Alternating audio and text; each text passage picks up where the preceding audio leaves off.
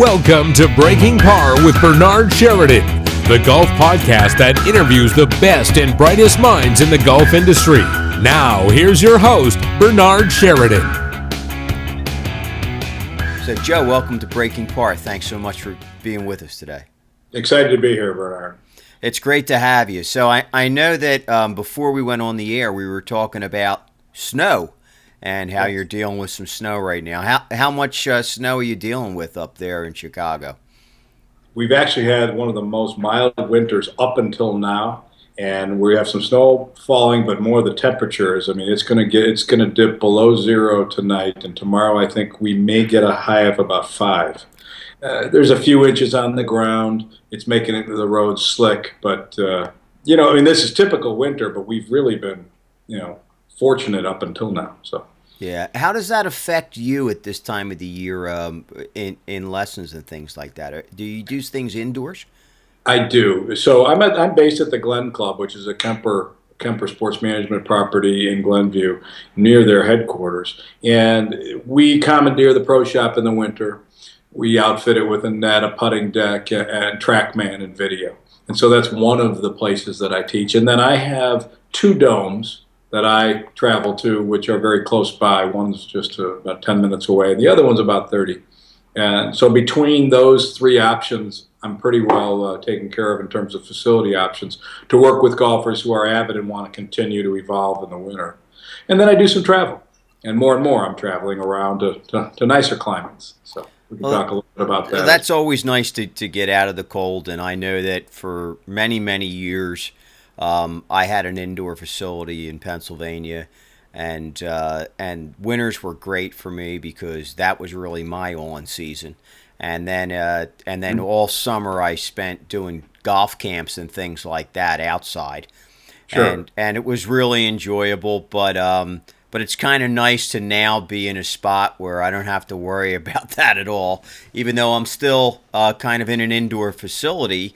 And today it was a balmy 65 degrees, which for us is kind of cold. But it's I laugh and I see people with sweaters on and things like that, and it's 65, and I think like, oh my gosh, I mean, it's like, who wears a sweater at 65 degrees? But if you're used to being up north all the time, that 65 is great golfing weather. You're out there wearing fantastic. Yeah, think if it was 65 tomorrow where you are. I mean, they'd come out of the woodwork. They would, yeah. Yeah, so it's and here they kind of go like, oh my gosh, it's so cold. So it's really kind of comical. So tell us about how long you've been in the business, and really, how did you get started in the business? What brought you to golf? Well, first, as a child, I was dragged into the game by a cousin, and I really was the traditional athlete, and this was 7 or 8 years old, and we moved from one part of Chicago in the southern suburbs to the northern suburbs, and a cousin dragged me to the local golf course and said, "Here, you got to try golf." And really, honest to God, I said, "Well, that's a sissy game. I don't know, golf."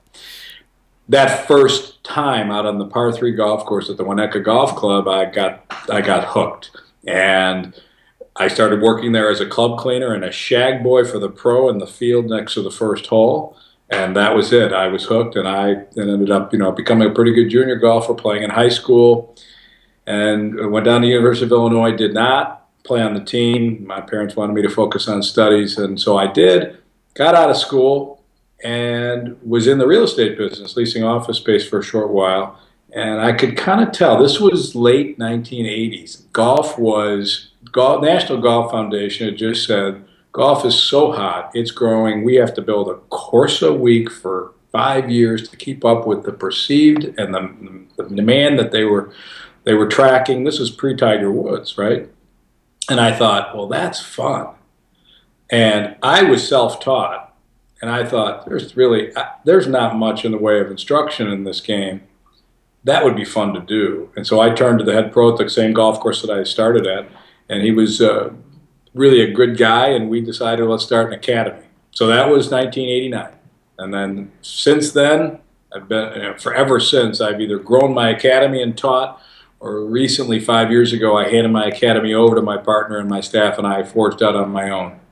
But I've been teaching fairly substantially 12 months a year for 26, 27 years now. That's great. That's great. So it's funny that when we were younger, golf was not as popular of a sport. Right.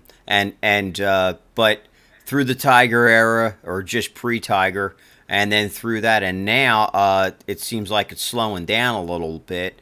But hopefully, with Jordan out there now, they'll start to catch the bug again, and Ricky is doing well, and they'll get more juniors involved who want to do it, and then hopefully it'll start to boost it up again to where it was in the early '90s, which was really, I agree, an explosion. That's kind of when I got into it. I got into it. I got involved in golf in the early '90s more seriously, and then I started to teach in the actually probably about '98.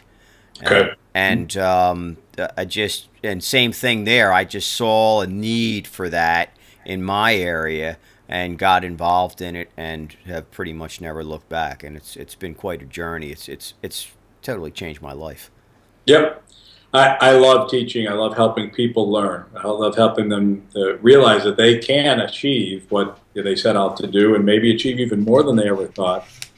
We are in a game that has lots of challenges to it, and I don't believe that we're yet there as a profession of understanding that we're really ambassadors for the whole process, and that a lot of people get frustrated with this game, and we really have a mission now that we have to help them understand how to get past that, to have a lot of fun with it, because it's tough, no doubt about it. Golf's a tough game.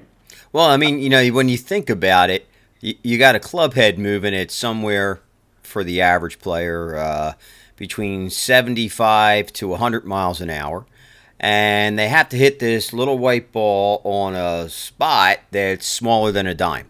So, and if they don't hit that spot, then the ball's not going to go where they want it to.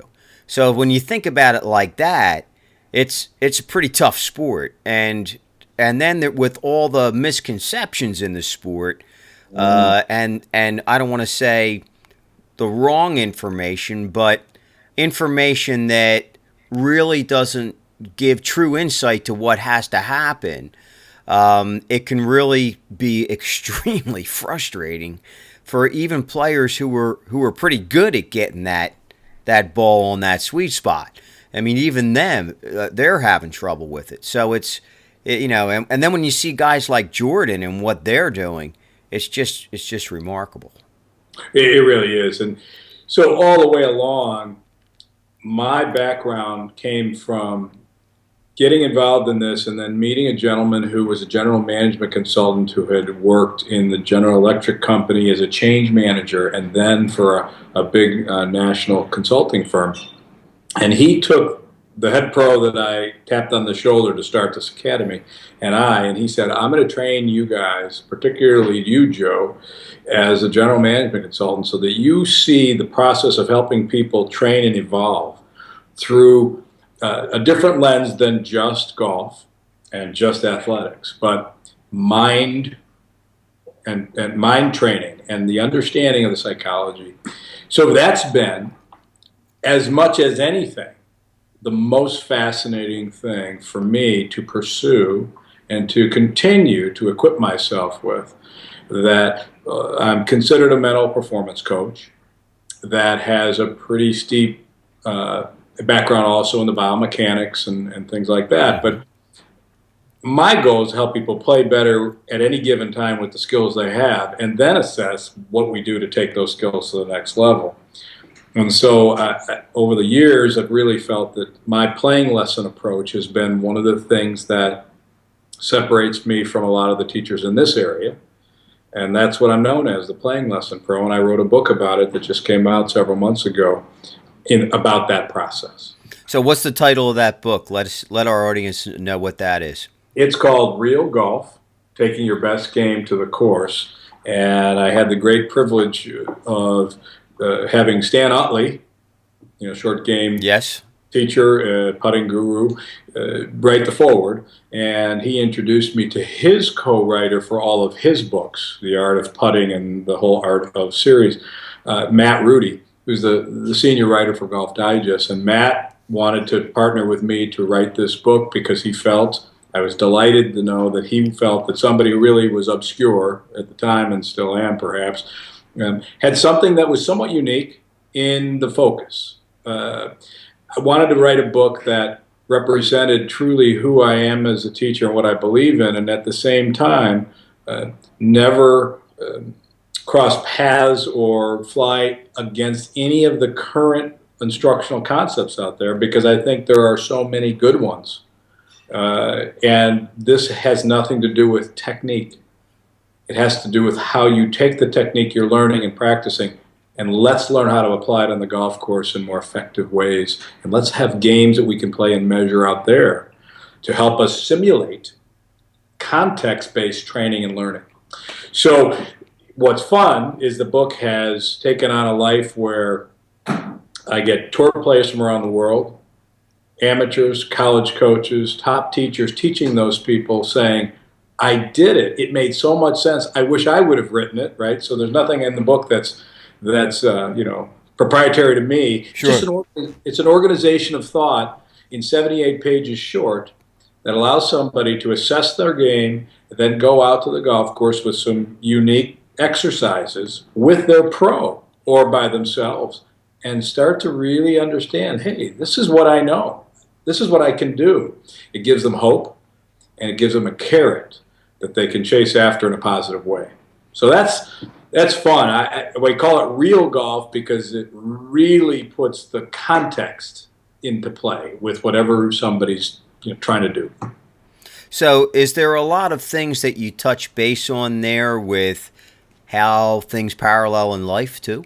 Because I know that I find that not just golf itself and parallels with life, but the mental side of golf and how you can use those things in golf that help you achieve better scores or maybe not just better scores but a better attitude can definitely parallel in life. And when you use those same type things in life, it really makes your life a lot better too. Absolutely. I like to say a phrase that your routine is more important than your swing or stroke. And I like to say it to teachers, and I like to say it to players. And of course, it's that player who's struggling with their swing who usually objects. because they think it's their swing. And we're not saying that the swing isn't important. When I say that the routine is more important, I'm not trying to say that the swing is not important, but I believe that the context within approaching any shot, swing, stroke, whatever, needs to consider, and we as teachers need to help players more often really adhere to some sort of a routine each and every time they approach any shot. Obviously, we all know that the pre-shot routine is important. We all hear it said, and it's, I can tell you that I'll say it, and then there have been times in my career where it was just lip service. And then I got sucked into working on the swing and the swing only without the context. And that's what really pushed me way back to say, wait a second. I want somebody to hit the ball as well as they can as often as possible. And I want that to happen on the golf course. And I know full well that that means you walk up to one ball, whatever the lie, the circumstances, the distance, the club, the wind, you name it, and let's really approach how to hit that shot the best you can. And the swing is one part of it, but it's not the whole thing. That's my point in that phrase. Absolutely, I totally agree, and I feel that if players continually stick to a routine as to what they want to accomplish, it not only keeps them in the moment, but it allows them to focus more on the task at hand and analyze that. When they do that, they raise their confidence level because now they feel better about what they're about to do and they feel that they're more informed. And that also with a constant pre-shot routine, and it doesn't have to be exactly, but what to me I find is that it allows those players to pay more attention to detail, to the little things, because it's the little things that matter, not as much the big things. If you don't pay attention to the little things, then the big things can fall apart, because that's what builds the foundation for the big things. And that's so absolutely true. I mean, I don't think any words have rung more true in the game than being prepared for what you're about to do at this moment. Are you a big believer in once it's done to let it go and not worry about it until you get there and it's time to do it again? You bet.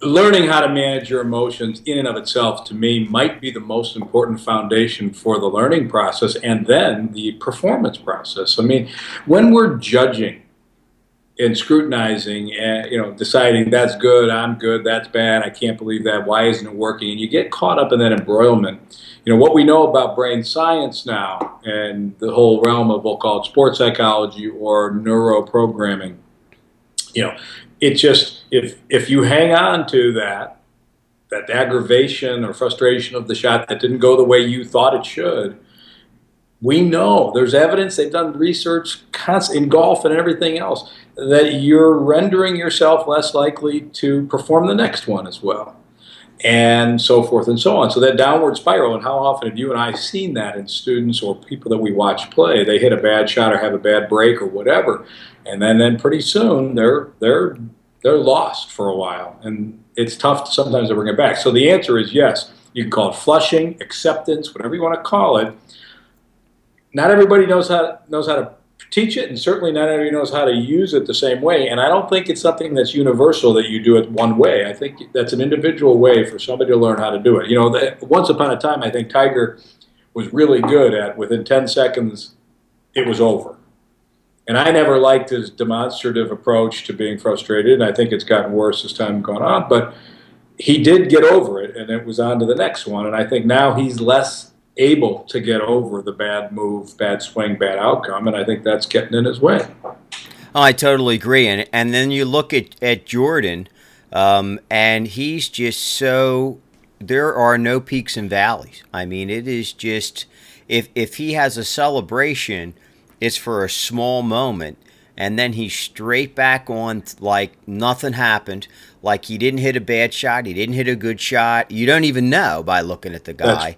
That's right. And that is just really so Jack-like, I guess.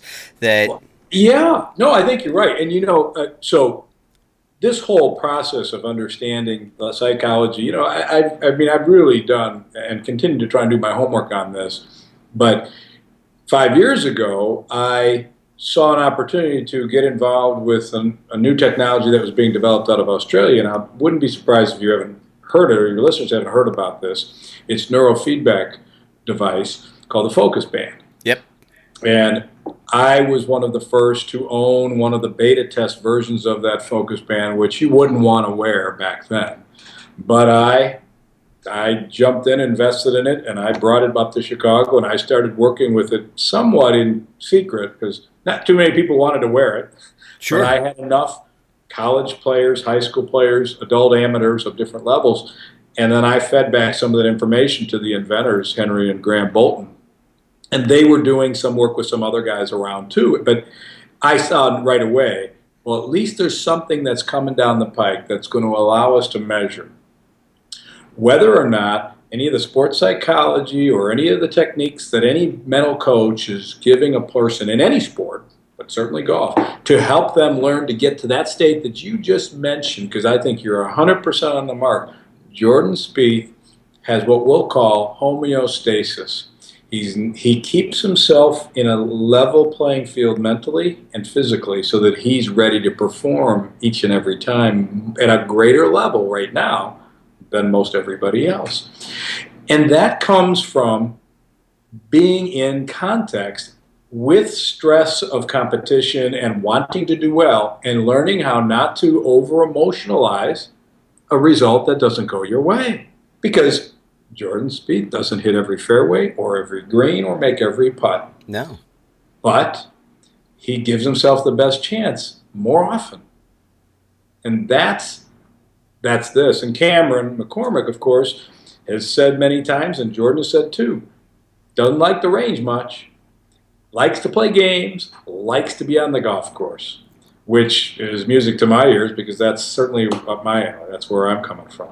I've always been that way too. I was never a range rat. I mean, I won't admit that I did go and work on certain things on the range. I mean, I think we all do that. But I always was the type of player that I would rather fool around, play up and down, things like that, work on my short game, play like a round robin type thing, except on the green, and then also just play, put myself in the real world, to do all these things, so that, once I had my skills fairly honed, then I just worked on, I would always play like two balls, and I'd hit a great ball, and in the worst ball, I play the worst ball every time.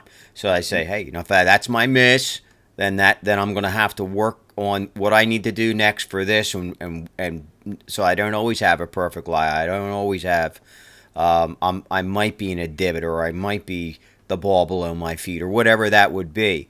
Correct. So, and that was how I kind of practiced and got better at the game, because that was the most enjoyable thing. That's what held my attention.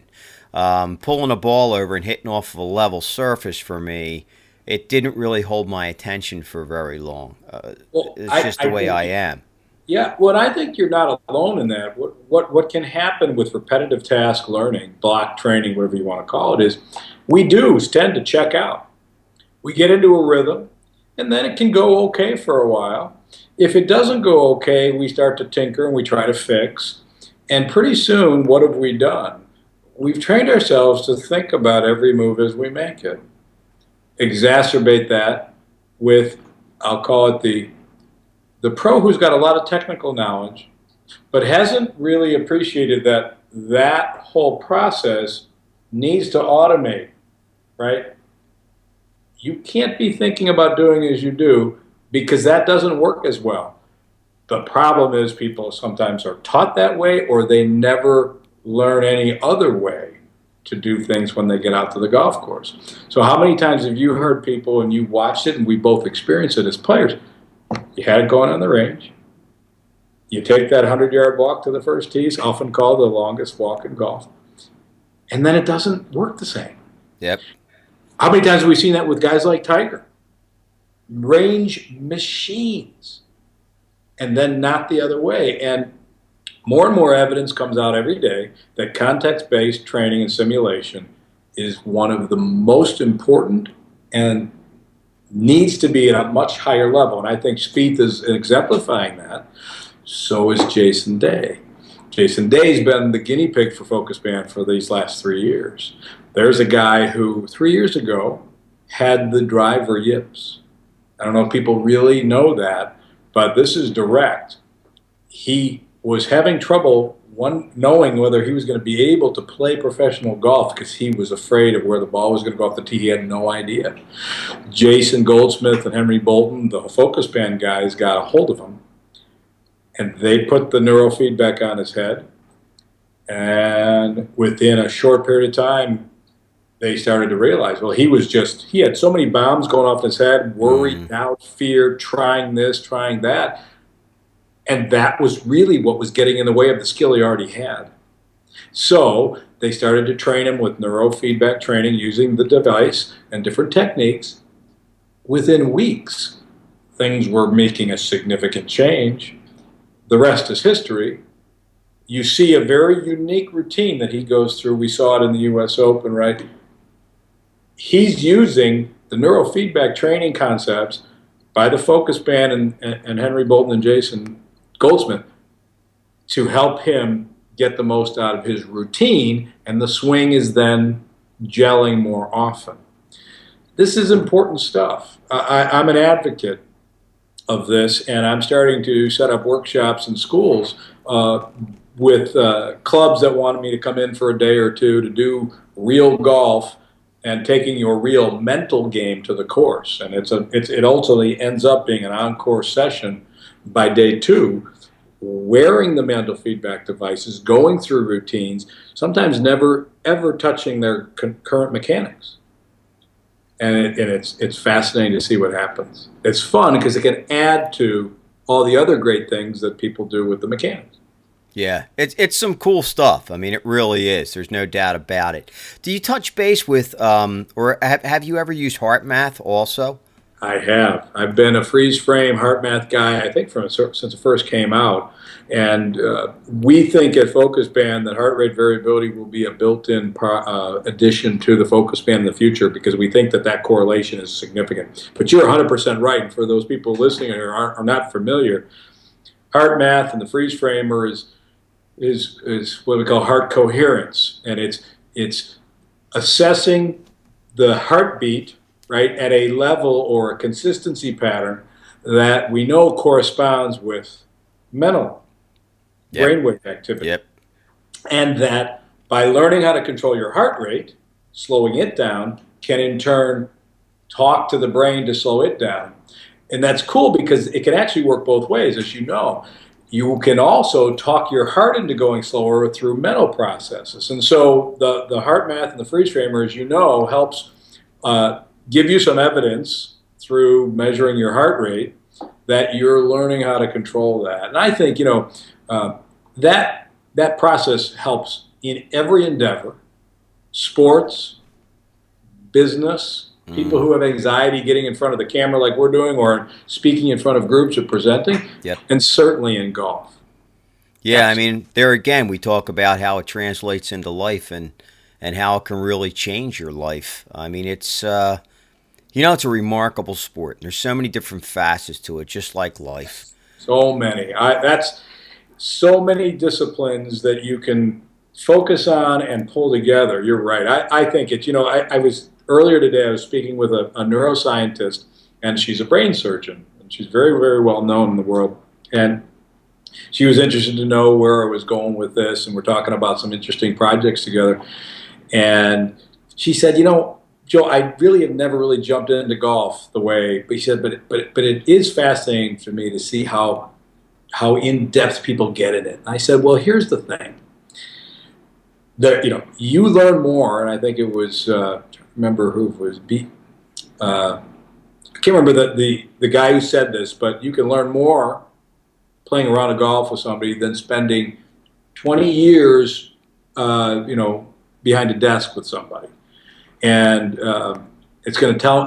It's a famous guy who said it. Anyway, I was reminded of the Golf in the Kingdom great line in one of the chapters there, where they said, nowhere does a man or woman stand more naked than when dressed to play golf. It reveals you to each other and ourselves, doesn't it? It just does. Yeah, it's just that type of sport that, you're laying everything out there, and there's nowhere to hide, and really how you handle the ups and downs of a round of golf can really show kind of how you handle yourself in other situations. That's why it's always great. I always think that for business people, they should, if the person does play golf, if they're interviewing somebody, that's where the interview should happen, because it doesn't have to be 18 holes. It could be like 3-4 holes. And you would know so much about how that person is going to handle when they're in a tough situation, if they're going to be level-headed, if they're going to blow their top, if they're going to lose it, if they're going to become babbling idiots, any one of those things.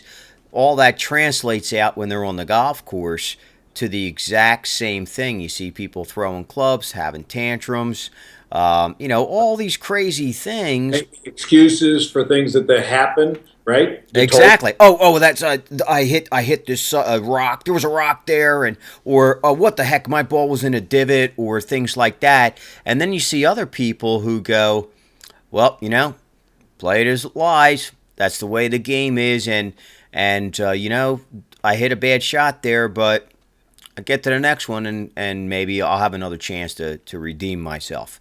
So, and if you take your life like that, and don't blow everything out of proportion, and just say, hey, this little problem that I'm having right now, it's not really all about me. Maybe I got to step back and look at the big picture here, and see what I can do to alleviate this so it doesn't happen again. The one thing that I've always, at my age now, the one thing that I've learned the most is when you make a mistake, it's a good thing, because it teaches you information that you didn't know before. And it's a learning experience. And whenever you can learn, it's just a mistake. It's okay. It's because we're all human and we make mistakes.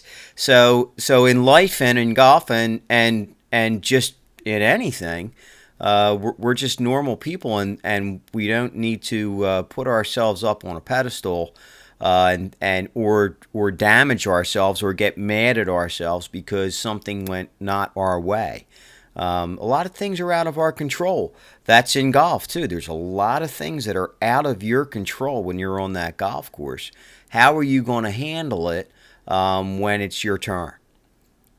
Yeah, totally. And lots of research in learning and development now is showing also that the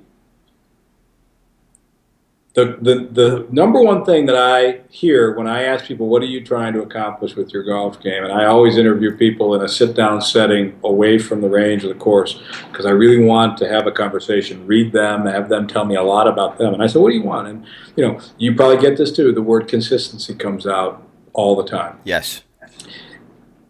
Being consistent as a motor skill movement by a human being is, now they're finding more and more, it's almost an impossible dream to chase. That doesn't mean you can't be more reliable, but to be and expect consistency like that over and over and over again is unrealistic. Now, according to what they've now researched and realized, that's in and of itself, when people are led to believe that they can be consistent, repetitive, always, then they go out and it's not that way, and guess what? Now they doubt themselves. They doubt every other aspect that they're involved in. And of course, once again, they might have been led to believe they could be consistent because they were consistent on the range, but that isn't the place that they're looking to measure their consistency or their ability on either. They want to know that, and they need to know, hey, yeah, you're going to hit a percentage of these really well, and you're also not going to, and that's where the learning comes in that you point out. The mistake or the missed shot is the only place you have a real great chance to learn something from. So actually, it then dovetails into a premise in the book, and you already highlighted one of the things you like to do is the two balls play the worst ball. So one of the things I ask people to do in my book, it's a second assignment, because this is a doing book. It's like you read and do. In 78 pages, you've got a whole process that you can implement right away. And I developed a process that is basically a scoring scramble. It's a self-scramble. So I'll try it out on you. So I'm going to ask you, Bernard, here's what I want you to tell me. If you were to go out right now to the golf course that you're used to playing in the front nine and play one ball for score into the hole for 9, what would you estimate your average score to be? Throw a number out there for me. Probably for me right now, since I haven't played in a long time, probably anywhere from 34 to 39. Okay, great. So now I'm going to ask you to do the following, and let's assume that you're about to go do this. I'm going to give you a chance, and I'm going to assign you to tee the ball up and hit the first ball off the first tee. And then I'm going to ask you to do that 2 more times. So you're going to hit 3 tee shots off the first tee. And then you're going to walk out or whatever, and you're going to pick the best one. Instead of the worst one, you're going to pick the best one. You take the other 2 and put it next to that. And then on the special scorecard that I developed that's in the book and you can download it, you're going to note which of the balls you ended up using. Was it the first one you hit, second, or third? You're going to note that. Then you're going to play from there into, is that a par 4, the first hole, or a par 5? It's par 4. Perfect. So now you're going to hit your second shot, and you're going to hit your first one. Go through your routine, and you're going to hit your second and your third one, and then you're going to take the best one again. And that's going to be the process all the way into the hole, 3 shots everywhere, taking the best one, keeping score and keeping track. So you're playing a self-scramble for 9 holes. Okay. So now, as you just hear that, what would you think you are going to shoot when you go out and do it? Now? Yeah. And I'm picking the best shot. I'm probably going to play anywhere from a 28 to a 33. Perfect. That is what the Real Golf First Scoring Scramble assignment is.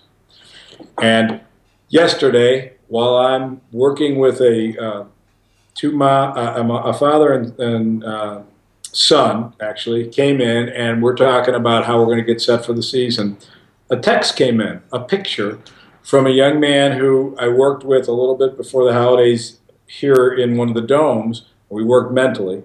And then he goes to either the International Junior Golf Academy or another one down in South Carolina. And he's been struggling there. But his mom heard about me, so we got together, and I gave him the assignment, and he sent the scorecard over. He thought he was going to shoot a 33. He shot a 30. And he was excited to report that he used his first shot 75% of the time. And that was a big revelation to him. And I asked him in a conversation, why do you think that is? And he thought about it. He goes, because I didn't put pressure on myself, because I knew I... Very insightful, sir. Yes. Very, very insightful. Take the pressure off because of that. That's amazing.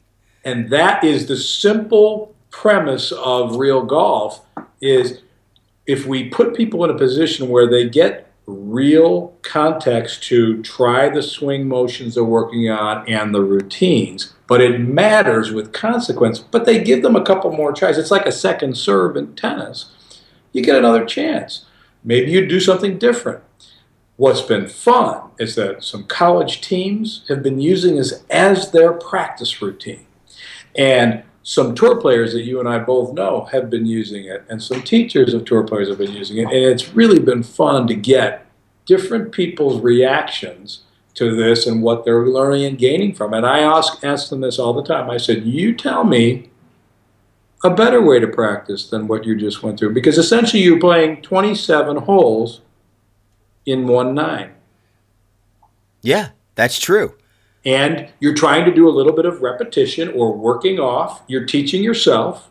Or when you're with a pro, that's a really cool way to run a playing lesson, by the way. And you do, and like you said, you don't have to do it for 9 holes either. You could do it for 2 or 3 holes. It's still really fun. And I would say go do that just as often as you go bang balls on the range, at least, and add it to the repertoire. Yeah, and that's totally the opposite from what I was doing, because I was trying to put myself in the worst situation and put as much pressure on myself as possible. Well, there's nothing wrong with as opposed to releasing that knob to release that pressure off, which is what you're doing. And then what that kind of does is I think that, and correct me if I'm wrong here, but it allows someone to understand what it feels like to not have pressure, and that especially if most of the time when they let the pressure off, they're making solid shots the first time anyway. That's exactly right. And so now that boosts their confidence, and they know that they can do that. It's a mental training approach that combines whatever techniques you're working on, so you're getting the good practice on that. And it really helps you think strategically, too, because when you hit the ball on the green all 3 times on your second shot into that par 4, well, is the closest one the best putt if that's a downhill side hill compared with the one that may be a little further away but up the hill, right? Those are the things you start to learn about. And I say this, you want to learn how to read greens and putt better? when it matters, because you're on the golf course trying to score and you get 3 chances, what do you think you're going to learn? You're going to learn about your green reading and how good it was, or what adjustments you keep needing to make because you played not enough break or whatever. And I say this is a great way to add to improvement, getting ready to go compete. And I've had people go do this, and then they play their best round of golf of their lives within 1 or 2 more rounds after this because they had that confidence. And that's happened dozens of times since the book came out. It's been kind of fun. This is amazing stuff. It was so great having you on today. And Thank you. So give us some ways that people can, number 1, get the book. Number 2, contact you if they would like to train on the game with you personally, sure. Or if they just want to touch base with you and ask you some questions. You bet. So the book, it's you can go to my website, joeboscogolf.com, and there I believe there's a link that takes you to Amazon, or you can go straight to Amazon. Real Golf is the title, so Real Golf and my name, and you'll find it. And you can download it either through the online PDF that you can be sold, or you can have them send you a paperback version. I am coming up with version 2 of this. Matt Rudy and I are working on it right now. In a few more months, there'll be a second release that'll have a little expanded version and some more stories. But right now, it is where it is. If people want to connect with me, my email is joeboscogolf@gmail.com. And certainly I'm available, and I do travel to go teach individuals and groups. I go to Arizona and California. I'll be out in Palm Desert in the end of this month doing a school with the Thunderbird Country Club members. And I come in and I partner with golf teachers and pros, and we have fun for a couple days, helping put kind of like the emphasis on this real golf and mental process. And what it does is it gets more avid players more excited that they can take the things they're working on and apply them. And then they're also set up to then want to, and I really hope that they're going to take more playing lessons with their teachers, because I'm a big advocate of that. Yeah, I agree. And then people can reach out to me if they wanted to contact me by phone. It's 847-826-0045, and they can text message me too. I do some teacher workshops, so I teach teachers the playing lesson process, and I've been asked to do a lot of preliminary training in the focus band for teachers who are just acquiring it, and they want some, how to get started with using it for their students. Mm-hmm. And I'm also already being asked to train people in companies on how to focus and concentrate, having nothing to do with golf, which is kind of fun too. Yeah, absolutely. Well, I wish you all the best. You're a great guest, and the information that you gave us was wonderful. The audience is going to love it out there in Impact Nation, and I thank you, sir. I tip my hat to you for being a wonderful guest and for joining me for this podcast today. So this is a lot of fun. Thank you so much. I love to tell the story, and people need to go play more golf, and they need to get help from people like you and other teachers around the country, because they can have a lot more fun if they get some good guidance and coaching. That's true, and they'll be able to do exactly what I always say in parting, and that is, until we meet again, do your best to try to keep it in the short grass. And I've been told not to say try, but just to keep it in the short grass. So, because I've been told that by some other mental coaches. You might say the same thing. You bet. So, but until we do meet again, keep it in the short grass. You bet. Take care. All right. Bye-bye. Bye now. You've been listening to Breaking Par with your host, Bernard Sheridan. Follow us on Twitter @BreakingPar and on Facebook @Par Breakers Golf Academy. Until next week, try to keep it on the short grass.